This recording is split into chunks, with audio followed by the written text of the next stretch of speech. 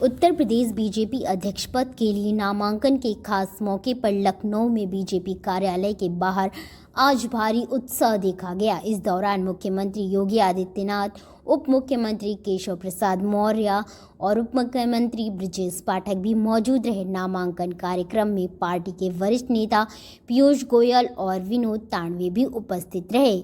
विनोद तांडवे के आयोजन में उपस्थित होने से ये एक महत्वपूर्ण और खास उत्साह देखा गया। बीजेपी कार्यालय के बाहर कार्यकर्ताओं की भारी भीड़ देखने को मिली और उत्साह जबरदस्त था। नारे लगाए जा रहे थे जो नए नेतृत्व को लेकर पार्टी में बढ़ती सियासी हलचल का संकेत दे रहे थे। इस खास मौके पर पंकज चौधरी ने यूपी बीजेपी अध्यक्ष पद के लिए अपना नामांकन दाखिल किया और पार्टी कार्यकर्ताओं में उम्मीदों का एक नया उत्साह देखा गया। इस खास मौके पर सीएम योगी आदित्यनाथ, उप मुख्यमंत्री केशव प्रसाद मौर्य, साथ ही उप मुख्यमंत्री ब्रजेश पाठक भी मौजूद रहे। इसके साथ इस दौरान बीजेपी के सीनियर नेता पीयूष गोयल और विनोद तांडवे भी मौजूद रहे। सीएम योगी और दोनों डिप्टी सीएम के प्रस्तावक बने। महाराजगंज जिले से बड़ी संख्या में उनके समर्थक और कार्यकर्ता लखनऊ एयरपोर्ट के साथ ही पार्टी दफ्तर पर पहले से ही मौजूद थे। बीजेपी के सीनियर नेता और केंद्रीय मंत्री पंकज चौधरी के यूपी बीजेपी का अगला अध्यक्ष बनने की पूरी संभावना जताई जा रही है। पार्टी के सूत्रों के मुताबिक उनका निर्विरोध चुनाव जानना लगभग तय माना जा रहा है, क्योंकि ये अहम है। पंकज चौधरी महाराजगंज लोकसभा सीट से 7 बार अनुभवी सांसद और कुर्मी समुदाय से आते हैं, जो ओबीसी वर्ग में एक प्रभावशाली जाति मानी जाती है। उनकी ताजपोशी के पीछे भाजपा की स्पष्ट राजनीति देखी जा रही है। पार्टी समाजवादी के पीडीए पिछड़ा दलित अल्पसंख्यक समीकरण की काट के तौर पे ओबीसी नेतृत्व को आगे बढ़ाकर भी प्रदेश में अपने सामाजिक आधार को मजबूत करना चाहती है।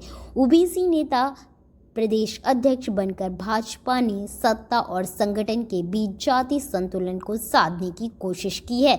एक और मुख्यमंत्री योगी आदित्यनाथ के नेतृत्व में सरकार चल रही है, वहीं संगठन की कमान ओबीसी को चेहरा सौंपकर पार्टी ने सामाजिक संतुलन का संदेश दिया है। भारतीय जनता पार्टी प्रदेश कार्यालय में अपने सभी पत्रकार मित्रों का बहुत बहुत स्वागत करता हूं, अभिनंदन करता हूं। भारतीय जनता पार्टी का जो संगठन का पर्व है वो अपने प्रदेश की अंतिम प्रक्रिया में पहुंच चुका है और अभी आपको सूचना मिलने वाली है। नामांकन की प्रक्रिया चल रही है और इसमें नामांकन के उपरांत आप सबको पता चलेगा कि भारतीय जनता पार्टी किस ढंग से इस देश की एकमात्र लोकतांत्रिक पार्टी है जिसमें भारतीय जनता पार्टी के संविधान के मुताबिक हम सब कार्यकर्ता काम कर रहे हैं।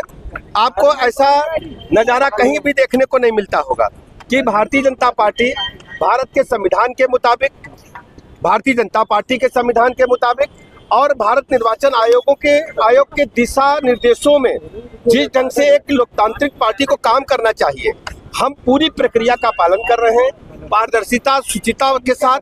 और हम सब कार्यकर्ताओं में बहुत उत्साह है। आज पूरे प्रदेश के कार्यकर्ता उत्साहित हैं कि भारतीय जनता पार्टी में जो संगठन का पर्व था वो अंतिम चरण में चल रहा है और हम सब कार्यकर्ता अभी थोड़ी देर बाद देखेंगे। नामांकन की प्रक्रिया प्रारंभ हो चुकी है, उसके बाद ही पता चल सकेगा कि कौन कौन प्रत्याशी आपके बीच में आ रहा है और समय समय पर आपको जानकारी फुटेज के माध्यम से यही रास्ता आने जाने का आपको मिलती रहेगी और हम भी बाहर आकर के देंगे। बहुत बहुत धन्यवाद।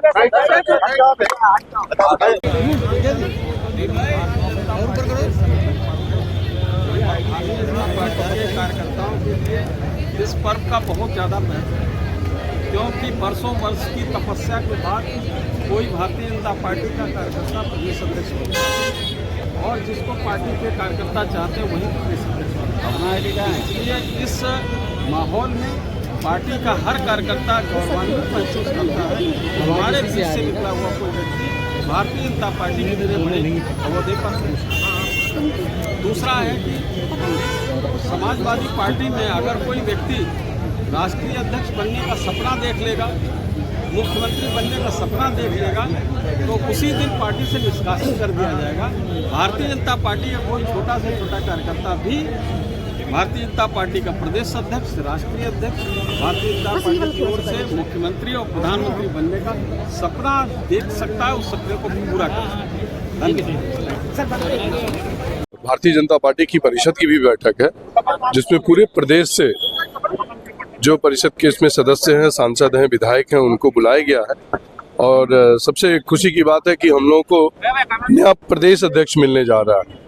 तो आज उसका पर्चा दाखिला है, तो उस पर्चा दाखिला में हम सब लोग आए हैं, एक पार्टी का सिपाही, एक कार्यकर्ता बनकर, कि एक नए अध्यक्ष के रूप में उनका कार्यकाल उज्जवल हो, सफल हो और 2027 में एक बार पूरे भारतीय जनता पार्टी की प्रचंड बहुमत से सरकार बने, ऐसा हम शुभकामना के साथ। क्या लगता है 2027 कमान किसके हाथ में जाएगा? अभी चुनाव आदरणीय मुख्यमंत्री जी के नेतृत्व में हम सरकार चल रही है और अभी आज हम लोग आए हैं भारतीय जनता पार्टी के प्रदेश अध्यक्ष के चुनाव के लिए। धन्यवाद। अब किसका है, अब तो अभी मैं आ रहा हूँ, तो अभी पता चलेगा किसका पर्चा दाखिला हो रहा है। उनका कार्यकाल उज्जवल हो, सफल हो और 2027 में एक बार पूरे भारतीय जनता पार्टी की प्रचंड बहुमत से सरकार बने, ऐसा हम शुभकामना करते हैं। क्या लगता है 2027 कमान किसके हाथ में जाएगा? चुनाव अभी आदरणीय मुख्यमंत्री जी के नेतृत्व में सरकार चल रही है और अभी आज हम लोग आए हैं भारतीय जनता पार्टी के प्रदेश अध्यक्ष के चुनाव।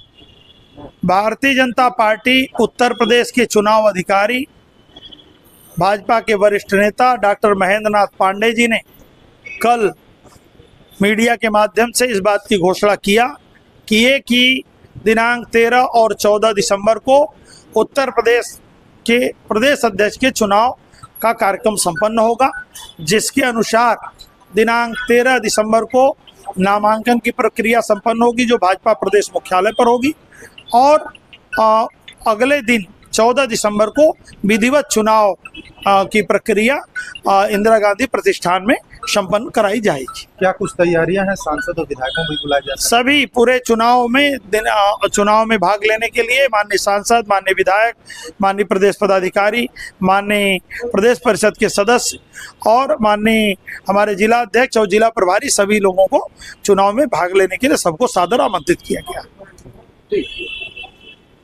सर, पंकज चौधरी का नाम आ रहा है, तो मैंने भी उनका सुनाया किया, लेकिन अभी कंफर्म नहीं है।